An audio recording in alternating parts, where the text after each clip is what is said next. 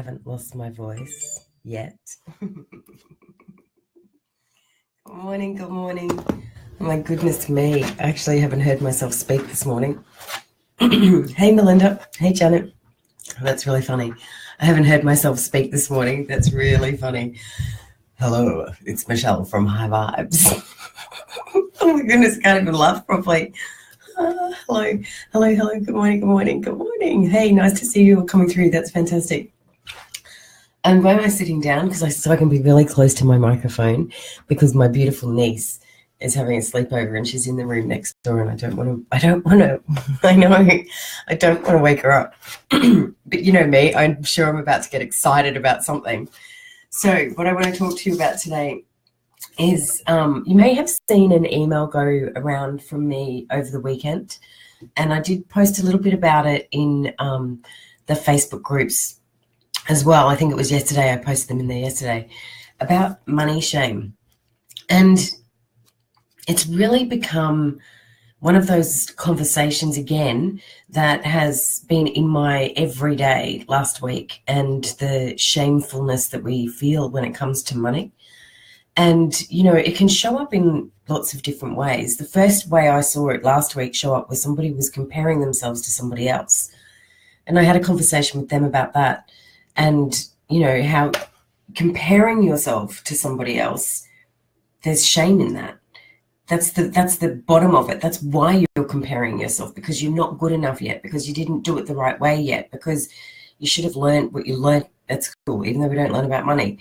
And we have this deep-seated shame when it comes to money, and we don't talk about it.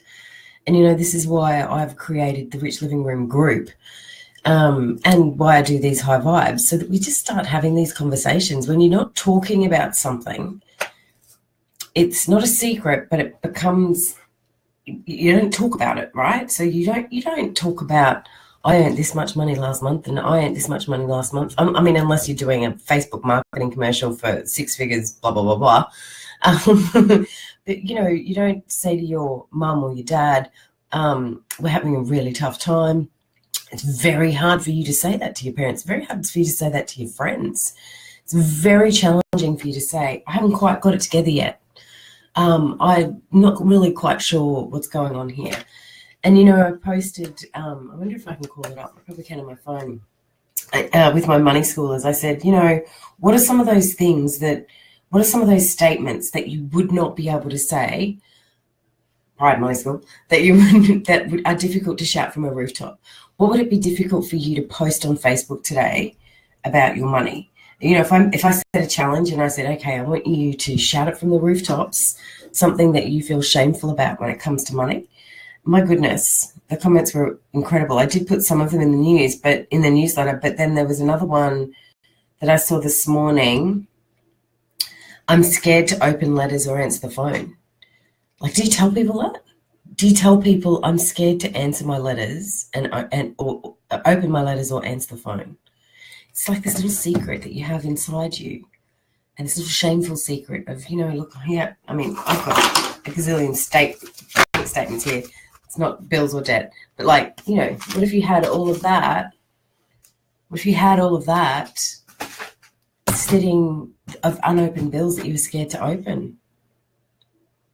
You know, this isn't that, by the way. This is the ridiculous bank that I have that sends me 1, 2, 3, 4, 5, 6, 10 statements for the one account every month.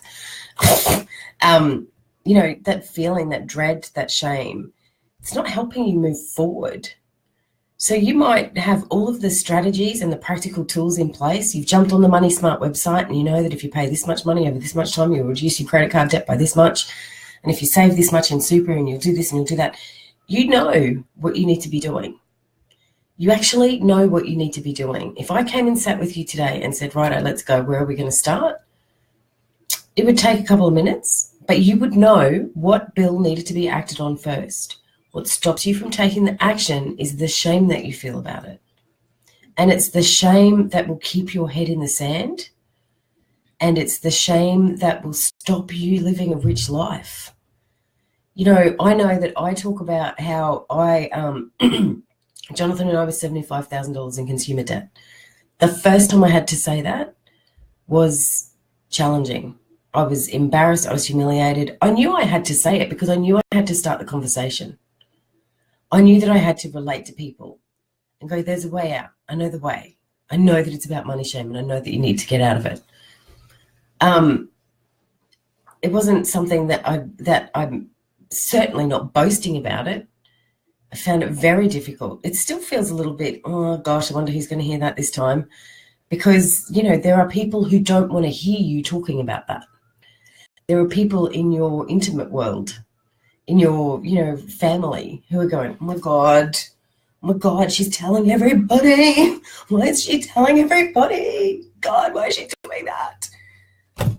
I'm doing it because it helps people. Because when I start talking about something, someone else goes, oh, I feel that way too. I'm really too scared to talk about it. Oh, what happened? How did you do that? And, I've got 30 money school students who came into my world because I made that statement, who now don't have that money shame either. They can now share that story. They can now put their hand up and go, whatever. As I got Emma on here this morning, Emma was firing off some at me. No, she's at work. They can then go and share their money stories and start the conversation, so that someone who is contemplating leaving their marriage because the money shit's so bad, someone who's contemplating giving up because their money situation is so bad, they're the people that we need to be talking to and sharing our story with to help lift the shame. There's no shame. There's just what happened. My money situation didn't happen because I was stupid.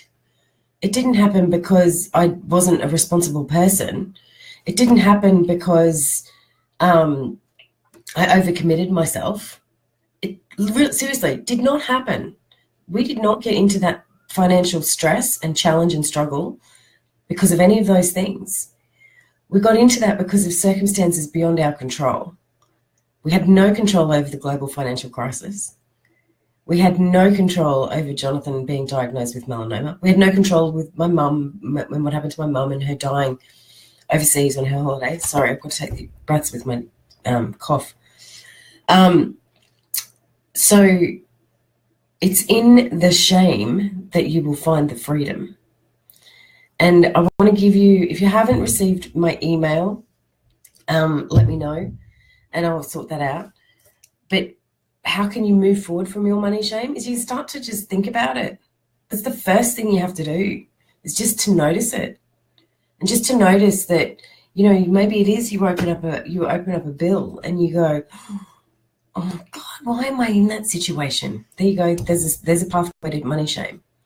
Or your parents say something to you like, so how much money is that business of yours earning right now? And you go into, oh my God, I'm not earning any money in my business. Shame. Or what's another example? Let me think of, if you're being hassled or harassed by a credit card person and you're not answering your phone, you're just looking at it and not taking the call. Where's the shame about that? And start recognizing and becoming aware of the shame. I wish I had a better word for it. I don't. I think shame is a very powerful word for you to find in your life. What is that shame that is holding you back? Because it's only in that shame that you can move forward and live a soul-filled, rich life.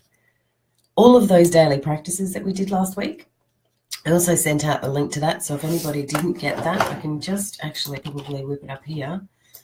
They're not going to mean anything.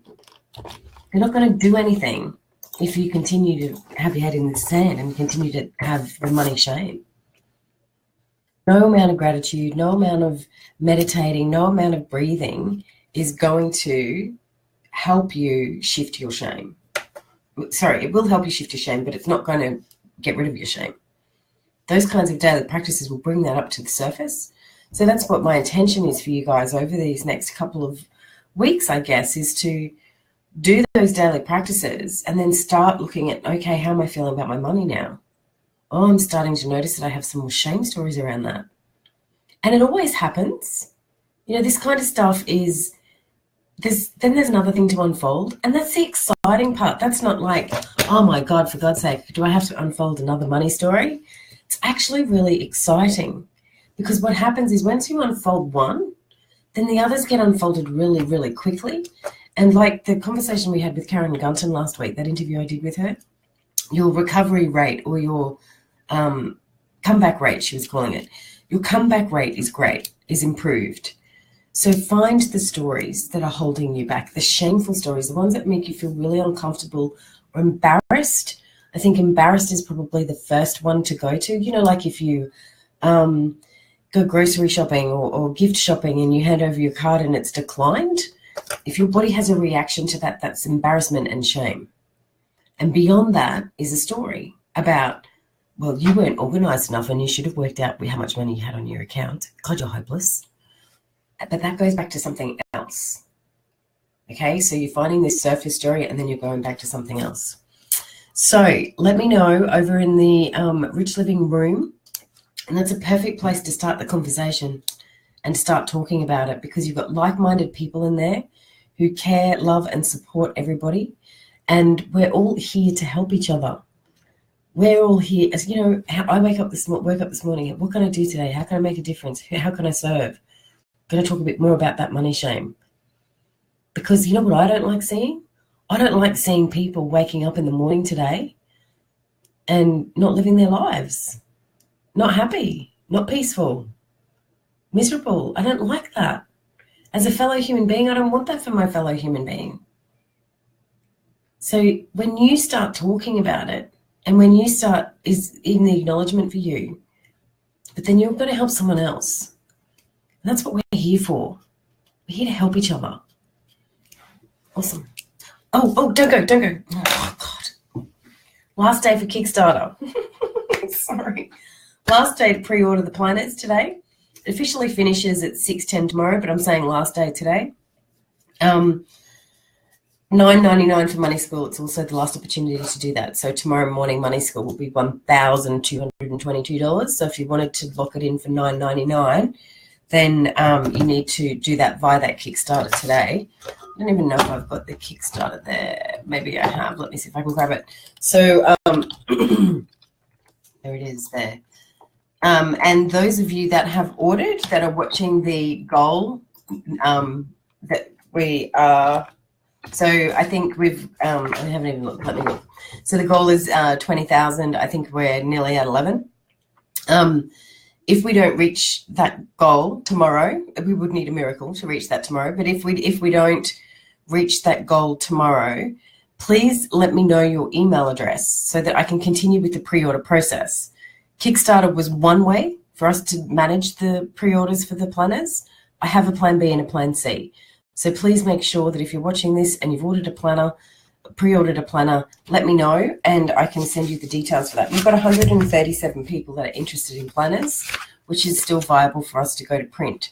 So can you please make sure that even if you know people, could you share that information around today for me? That'd be great. Have a beautiful day, guys. See you tomorrow.